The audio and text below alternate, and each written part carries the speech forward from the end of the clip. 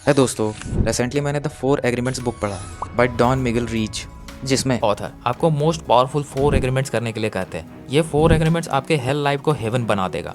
लेकिन पहले चलिए समझते हैं कि आखिर एग्रीमेंट्स करने की ज़रूरत क्या है। जैसे जैसे हम सब बड़े होते हैं, हमारे आसपास के लोग हमें ओपिनियंस देते हैं, सजेशंस देते हैं, और हम धीरे धीरे उन ओपिनियंस पे बिलीव करते हैं, उनसे एग्रीमेंट करने लगते हैं। जैसे आपका लैंग्वेज, आपका नेम, इवन आपका सरनेम तक से आपने एग्रीमेंट किया हुआ है। इसी तरह के हजारों एग्रीमेंट्स आपने कर रखे हैं। कुछ तो अच्छे एग्रीमेंट्स है, लेकिन मैक्सिमम बुरे ही है, जो आपके लाइफ का सबसे बड़ा ऑब्स्टिकल है।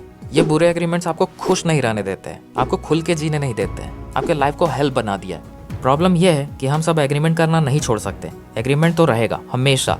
हम सब किसी ना किसी बिलीव के साथ ही जीते हैं। एक बहुत अच्छा कोट है, जिस दिन रोबोट शीशे में देखकर खुद को जज करेगा, उस दिन वो इंसान बन जाएगा।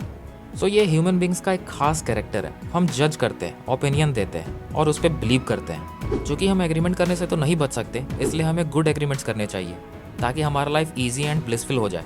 इसके लिए द 4 एग्रीमेंट बुक के ऑथर डॉन मिगेल रीच आपको मोस्ट पावरफुल 4 एग्रीमेंट्स करने के लिए कहते हैं। ये 4 एग्रीमेंट्स आपके लाइफ को पूरी तरह से बदल देने की ताकत रखता है। सो वीडियो को एंड तक जरूर देखिएगा, क्योंकि वीडियो के एंड में आपको पता चलेगा कि आखिर ये 4 एग्रीमेंट्स इतने पावरफुल क्यों हैं और किस तरह से आपके लाइफ को बदल के रख सकते हैं। So let's start.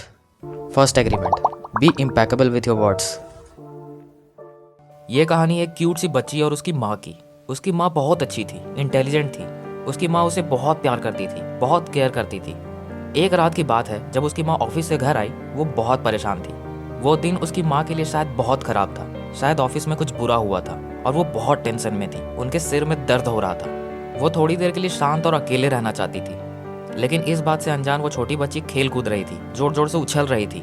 उसे पता नहीं था ना कि उसकी माँ बहुत परेशान है, और वो गाना गाने लगी, बहुत जोर जोर से गाना गाने लगी और खुश होने लगी। लेकिन दूसरी तरफ उसकी माँ का सिर दर्द बहुत तेज होने लगा और वो अपना कंट्रोल खो बैठी और गुस्से में उस क्यूट सी बच्ची को कह दिया, चुप हो जाओ, तुम्हारी आवाज़ बहुत बेसुरी है, क्या तुम चुप हो सकती हो अभी।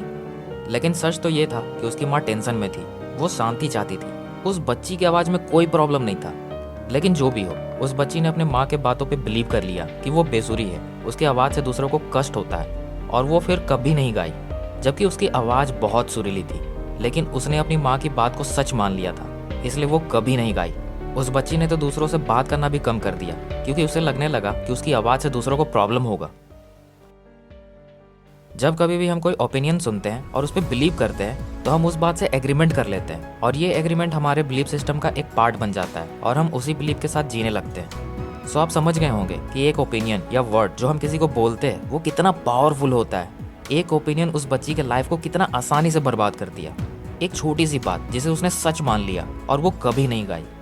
इतना ही नहीं, एक ओपिनियन या वर्ड किसी के लाइफ को महान भी बना सकता है। आपने एडिसन की स्टोरी जरूर सुनी होगी। उसकी माँ ने एक झूठ बोल करके उसे एक महान इंसान बना दिया। एडिसन जब छोटे थे तो उनके स्कूल से एक लेटर के साथ उन्हें घर भेजा गया था, जिसमें लिखा था कि एडिसन एक मंदबुद्धि है, आप इसे घर में ही पढ़ाइए। लेकिन उनकी माँ ने उनसे झूठ बोला कि लेटर में लिखा है कि वो स्कूल ही एडिसन के लायक नहीं है। एडिसन एक जीनियस बच्चा है, उसे आप घर में ही पढ़ाइए।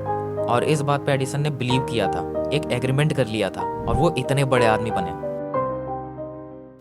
वर्ड्स में तो इतना पावर होता है कि अगर आप किसी आदमी को बोल दो कि तुम्हारा फेस थोड़ा पीला पड़ रहा है, जो कि फ्यूचर में कैंसर होने का साइन है, और अगर वो आदमी इस बात पे बिलीव कर ले, एक एग्रीमेंट कर ले, तो उसे 1 साल के अंदर कैंसर हो जाएगा। वर्ड्स में मैजिकल पावर्स होते हैं। आप इसे ब्लैक मैजिक की तरह भी यूज़ कर सकते हैं, जैसे उस बच्ची की माँ ने किया, भले ही अनजाने में क्यों ना किया हो। या आप वर्ड्स का वाइट मैजिक की तरह यूज़ कर सकते हैं, एडिसन की माँ की तरह। लेकिन अगर कोई अनजाने में ब्लैक मैजिक करे अपने वर्ड से, तो उन्हें माफ़ कर देना चाहिए, क्योंकि अगर आप माफ़ नहीं करोगे तो आप भी उन पे ब्लैक मैजिक ही करोगे, बुरे वर्ड्स बोलोगे, और आप भी उन्हीं की तरह बन जाओगे। अंतर बस ये होगा कि उन्होंने अनजाने में किया था और आप जान के करेंगे। हमें अपने वर्ड्स का यूज़ वाइट मैजिक की तरह करना चाहिए। सबको अच्छा बोलना चाहिए, प्यार बांटना चाहिए, क्योंकि वर्ड्स में बहुत पावर होता है। अगर आप वर्ड्स का यूज़ ब्लैक मैजिक की तरह करोगे, भले ही अनजाने में क्यों ना किया हो, तो बाद में ज़रूर रिग्रेट होगा, उस बच्ची की माँ की तरह। यही फर्स्ट एग्रीमेंट है, be impeccable with your words. हमेशा अच्छे वर्ड्स बोलने का एग्रीमेंट। ये एग्रीमेंट आपके लाइफ के 70% प्रॉब्लम को सॉल्व कर देगा, और हज़ारों प्रॉब्लम्स को तो आने ही नहीं देगा। जब आप सामने वाले को अच्छे वर्ड्स बोलोगे, तभी वो आपको भी अच्छे वर्ड्स बोलेगा। आप जहर उगलोगे तो वो आपको फूल थोड़ी बरसाएगा, वो भी आप पे जहर ही उगलेगा। इसलिए हमेशा दूसरों को अच्छा बोलो, ताकि वो भी आपको अच्छा बोले। सो दोस्तों, अभी खुद से फर्स्ट एग्रीमेंट करो और कमेंट में लिखो, I will be impeccable with my words. मैं अपने शब्दों को त्रुटिहीन रखूंगा। Now second agreement, don't take anything personally. अब आपने तो फर्स्ट एग्रीमेंट कर लिया है कि आप इम्पेकेबल वर्ड्स का यूज़ करेंगे, हमेशा अच्छा बोलेंगे, वर्ड्स का यूज़ वाइट मैजिक की तरह करेंगे। लेकिन शायद दूसरे लोग जो आपसे मिलते जुलते रहते हैं उन्होंने फर्स्ट एग्रीमेंट ना किया हो और वो आपको बैड ओपिनियंस दे सकते हैं, आपको बुरा भला बोल सकते हैं, वो वर्ड्स का इस्तेमाल ब्लैक मैजिक की तरह करते होंगे। सो इसी प्रॉब्लम से खुद को बचाने के लिए आपको सेकंड एग्रीमेंट करना है। Don't take anything personally. कोई कुछ भी कहे या कुछ भी करे, कितना भी जहर क्यों ना उगले, आप कुछ भी पर्सनली नहीं लोगे और आप भी उन्हें बैड वर्ड्स नहीं बोलोगे, उनकी तरह जहर नहीं उगलोगे, क्योंकि आपने फर्स्ट एग्रीमेंट किया है कि आप हर कंडीशन में इम्पैकेबल वर्ड्स का ही यूज़ करोगे। फॉर एग्जाम्पल, सपोज करो कि वो क्यूट सी बच्ची अपनी माँ की बात को पर्सनली नहीं लेती, तो उसका लाइफ कितना अच्छा होता। वो उस बात पे एग्री नहीं करती और ब्लैक मैजिक काम नहीं करता। अगर वो आदमी जिसको आपने कैंसर होने का साइन बताया था वो उस बात को पर्सनली नहीं लेगा, एग्री नहीं करेगा उस बात से, तो उसे कैंसर नहीं होगा, कम से कम उस ब्लैक मैजिक की वजह से तो नहीं होगा। करीब 12-13 साल पहले की बात है, मैं बीमार पड़ गया था और एक डॉक्टर के पास गया था। उस डॉक्टर ने कुछ मेडिसिन दिए थे और पता नहीं क्यों उसने कहा तुम्हें लाइफ टाइम मेडिसिन लेना पड़ेगा, तुम्हारे हार्ट में होल है। थैंक गॉड मैंने उसके बातों को पर्सनली नहीं लिया, उस पर एग्री नहीं किया था। शायद इसलिए क्योंकि मुझे पता था कि हार्ट में होल है या नहीं इसका पता लगाने के लिए कम से कम एक्सरे तो करना पड़ता ही होगा। और उस डॉक्टर ने कुछ भी चेक नहीं किया था, बस यूं ही हाथ फेरा और बकवास कर दिया। Well, I am fit and perfectly fine today. दुनिया ब्लैक मैजिशियन से भरा पड़ा है, हर कोई कुछ ना कुछ ओपिनियंस देता ही है, सजेशंस देता ही है। आपको उनके बातों पे बिलीव करने से पहले फैक्ट्स का पता लगाना है कि वो जो बोल रहे हैं सच है या झूठ, सही है या गलत, अदरवाइज आप सफ़र करोगे। Actually second agreement don't take anything personally आपको ब्लैक मैजिक से इम्यून करता है। फिर चाहे कोई कितना भी बुरा क्यों ना बोले, कितना भी डेंजरस ओपिनियन क्यों ना दे, आप उसे पर्सनली नहीं लोगे। और जब तक आप किसी के बातों को पर्सनली नहीं लेते हो, आप सेफ रहते हो, आप खुश रहते हो, क्योंकि आप पे ब्लैक मैजिक काम नहीं करता है, आप पूरी तरह से इम्यून हो जाते हो। So don't take anything personally. And most important, कई बार हम खुद को ही इम्पेकेबल वर्ड्स बोलते हैं, बैड ओपिनियंस देते हैं, लाइक मैं कॉन्फिडेंट नहीं हूँ, मुझसे नहीं होगा, मैं अनलकी हूँ, मुझे लोग पसंद नहीं करते हैं, और आप इन पे एग्री करते हो, बिलीव करते हो। ये सब ओपिनियंस आपके लाइफ को हेल बना देता है, आप खुद पे ही ब्लैक मैजिक करने लगते हो। बट ये सब ओपिनियंस है, बैड ओपिनियंस, आपको इसे भी पर्सनली नहीं लेना है, एग्री नहीं करना है, अदरवाइज आप सफ़र करोगे। So don't take anything personally, even your own bad words. Third agreement, don't make assumptions. एक लड़का किसी मॉल में जाता है और उस मॉल में एक ब्यूटीफुल सी लड़की दिखती है। वो लड़की स्माइल करती है और वहाँ से चली जाती है, दैट्स इट। अब वो लड़का दिन भर परेशान, वो हजारों एजम्पशंस करने लगता है, वो तो माइंड में ही उसके साथ पूरी लाइफ जी लेता है। ऑलमोस्ट ऐसा ही होता है, राइट?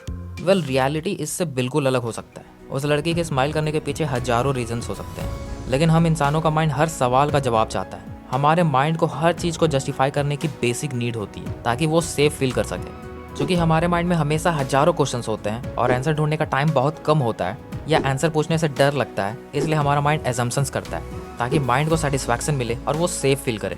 और कमाल की बात यह है कि आंसर सही है या गलत, माइंड को इससे कोई फर्क नहीं पड़ता। प्रॉब्लम यह नहीं है कि हम एज्यूम करते हैं, रियल प्रॉब्लम यह है कि हम अपने एजम्पशंस को सच मानते हैं, सही मानते हैं, इससे एग्रीमेंट कर लेते हैं, इवन कसम खाने को भी तैयार हो जाते हैं ताकि साबित कर सके कि हमारा एजम्पशन सही है। जब हमें कोई कुछ बोलता है तो हम एज्यूम करते हैं, और अगर वो कुछ ना बोले तो भी हम एज्यूम कर लेते हैं, और हमारा एजम्पशंस बाद में कष्ट देता है, हमारी खुशियाँ छीन लेता है जब हमें सच का पता चलता है कि हमारा एजम्पशंस पूरी तरह से गलत था। सो खुद को एजम्पशंस करने से कैसे रोकें? 2 तरीके हैं। पहला कि आप क्वेश्चन का आंसर पूछ लो, तो फिर एज्यूम करने की जरूरत नहीं पड़ेगी। लाइक अगर वो लड़का उस लड़की से जाके पूछ लेता कि उसने स्माइल क्यों किया और किसे किया, तो शायद उस लड़के को क्लियर हो जाता, उसे आंसर मिल जाता कि उसने अपने किसी फ्रेंड को स्माइल पास किया था, और वो लड़का एज्यूम करने से बच जाता। लेकिन ये बहुत मुश्किल तरीका है क्योंकि हमें क्वेश्चन पूछने से डर लगता है, तो आप दूसरा तरीका अपनाओ, बहुत ईजी है। Second agreement, don't take anything personally. फिर कोई लड़की स्माइल करे या हंसे, कोई फर्क नहीं पड़ता, डोंट टेक इट पर्सनली। फिर आप कभी एज्यूम नहीं करोगे, आपको ज़रूरत ही नहीं होगा। और जैसे जैसे आप एजम्पशंस करना बंद कर दोगे, आपका हेल लाइफ हेवन में बदलने लगेगा, आप हमेशा खुश रहोगे। So don't make assumptions. Fourth agreement, always do your best. ऐसा कई बार होगा कि पहले के तीनों एग्रीमेंट्स टूट जाएंगे। आप कई बार इम्पेकेबल वर्ड्स का यूज़ नहीं करोगे, दूसरों को बुरा भला कर दोगे, कई बार आप चीज़ों को पर्सनली ले लोगे और दुखी हो जाओगे, कई बार आप एजम्पशंस भी करोगे जिसकी वजह से आपको बाद में कष्ट होगा। लेकिन कोई बात नहीं, इसके लिए आप खुद को ब्लेम मत करना, कोई गिल्ट मत रखना, ना ही रिग्रेट करना, खुद को माफ़ करना और बस अपना बेस्ट देने की कोशिश करना। यही आखिरी और फोर्थ एग्रीमेंट है। Always do your best, not more not less. क्योंकि अगर आप बेस्ट से ज़्यादा करने की कोशिश करोगे तो थक जाओगे, हार जाओगे, और बेस्ट से कम किए तो फ्रस्ट्रेशन होगा, गिल्ट होगा, रिग्रेट होगा। एक आदमी अपने कष्टों से ऊपर उठना चाहता था, इसलिए वो बुद्धिस्ट टेम्पल में एक मास्टर के पास गया। उसने मास्टर से पूछा, मास्टर अगर मैं रोज 4 घंटे मेडिटेशन करूंगा तो मुझे अपने कष्टों से ऊपर उठने में कितना समय लगेगा। मास्टर ने उसे कहा, शायद 10 साल लगेंगे। उस आदमी को लगा कि वो और बेहतर कर सकता है, तो उसने कहा, मास्टर क्या हो अगर मैं रोज 8 घंटे मेडिटेशन करूं, तब कितना टाइम लगेगा। मास्टर ने उसे देखा और कहा, अगर 8 घंटे मेडिटेशन करोगे तो शायद 20 साल लगेंगे। लेकिन ऐसा क्यों, मुझे ज़्यादा टाइम क्यों लगेगा अगर मैं रोज 8 घंटे मेडिटेशन करूंगा? उस आदमी ने पूछा। मास्टर ने कहा, तुम यहाँ पे अपनी खुशी या लाइफ सेक्रीफाइस करने नहीं आए हो, तुम यहाँ पे जीने आए हो, खुश रहने आए हो, प्यार बांटने आए हो। जब तुम 2 घंटे में ही अपना बेस्ट अचीव कर सकते हो, फिर भी अगर तुम 8 घंटे मेडिटेशन करोगे तो थक जाओगे, अपने लाइफ को एंजॉय नहीं कर पाओगे। So always do your best, not more not less. ये एक बहुत अच्छी बुक है, the 4 agreements by Don Miguel Ruiz. इसमें टॉलटेक की विजडम्स है और बहुत सारी अच्छी अच्छी बातें हैं। आपको ये बुक जरूर पढ़नी चाहिए। मैंने इस बुक का लिंक डिस्क्रिप्शन में दे दिया है, आप वहाँ से जाके इस बुक को ले सकते हो। और वीडियो अच्छी लगी तभी तो अब तक देख रहे हो, सो एक लाइक तो बनता है। और वीडियो को शेयर करो अपने फ्रेंड्स एंड फैमिली के साथ, ताकि उनका भी फायदा हो सके। और ऐसे ही अच्छे अच्छे वीडियोस को फ्यूचर में देखते रहने के लिए विल स्किल को सब्सक्राइब कर लीजिए और बेल आइकन पे प्रेस करके ऑल पे सेलेक्ट कर लीजिए, ताकि सारा अपडेट्स का नोटिफिकेशन आपको सबसे पहले मिले। Finally, thanks for watching.